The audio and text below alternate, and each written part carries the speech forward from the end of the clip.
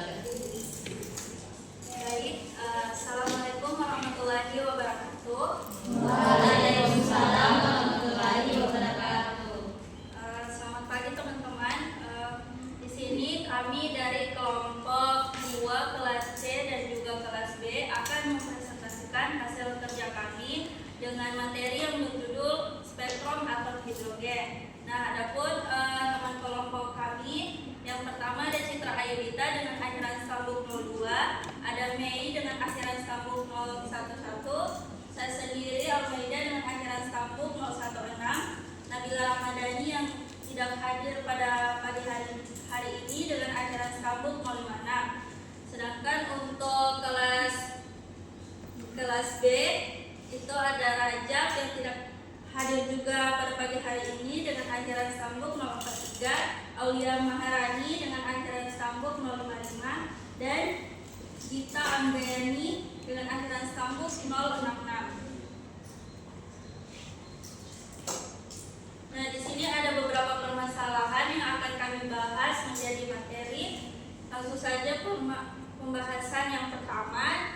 Di sini pada slide pertama ini saya akan menjelaskan apa itu spektrum atom dan bagaimana spektrum ini terbentuk. Nah, spektrum atom ini adalah garis-garis cahaya yang muncul ketika elektron dalam atom itu berpindah dari satu tingkat energi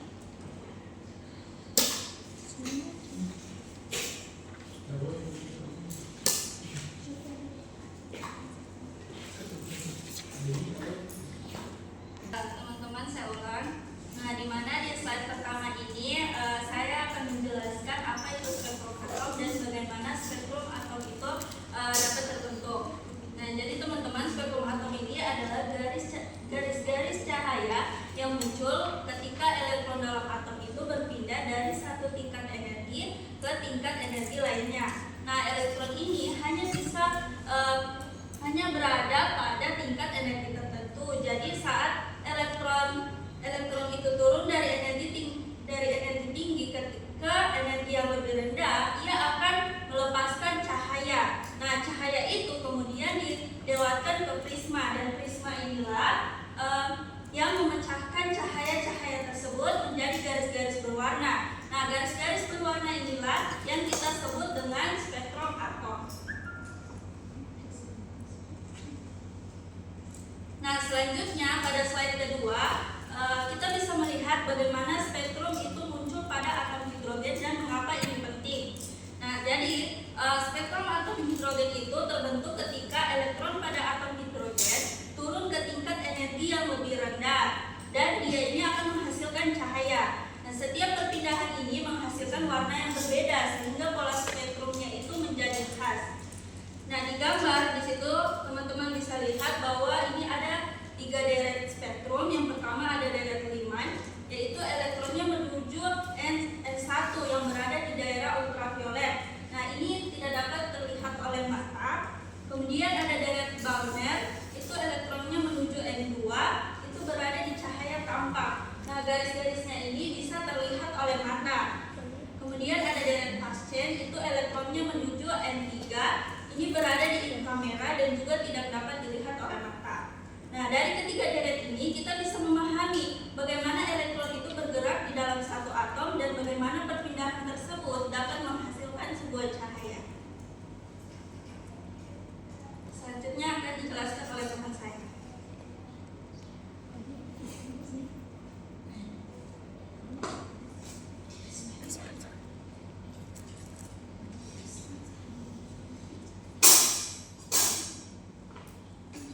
Baik, saya akan menjelaskan materi tentang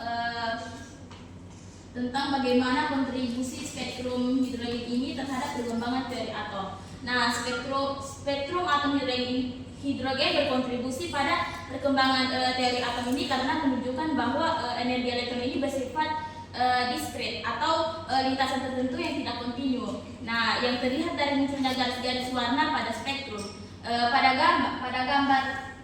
Pada gambar atom itu menunjukkan elektron bergerak pada lintasan tertentu dan memancarkan cahaya saat berpindah tingkat energi. Hal ini itu memperbaiki kelemahan model Rutherford dan mendukung model Bohr.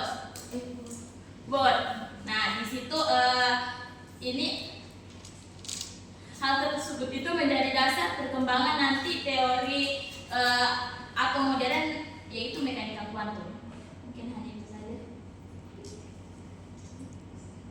Oke, baik. Yang selanjutnya itu ada perbandingan model atom Bohr dan model atom modern dalam menjelaskan spektrum atom hidrogen.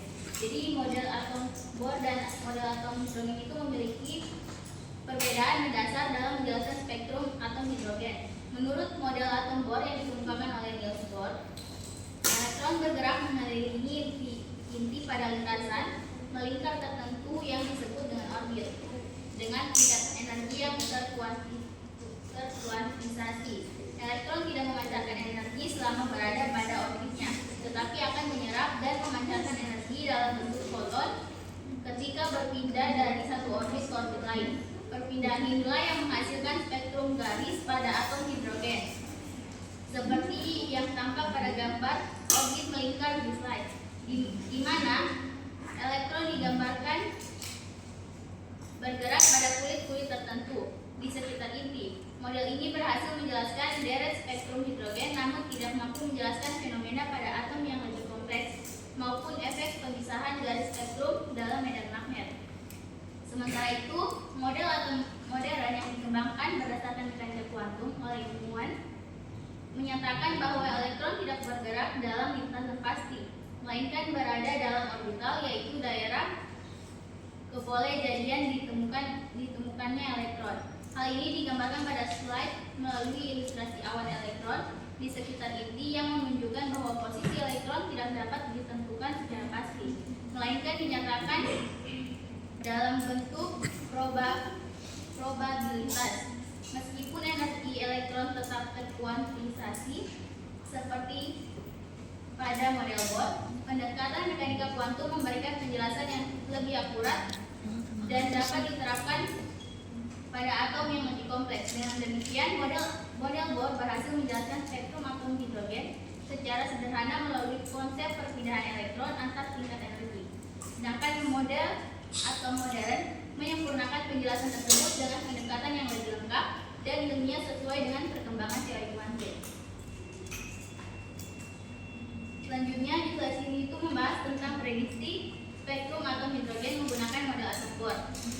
Spektrum hidrogen terbentuk ketika elektron dalam atom hidrogen berpindah dari tingkat energi yang lebih tinggi ke tingkat energi yang lebih rendah dan memancarkan energi dalam bentuk foton. Karena tingkat energi dalam atom bersifat discrete, maka cahaya yang dihasilkan juga berupa garis-garis spektrum tertentu, bukan spektrum kontinu.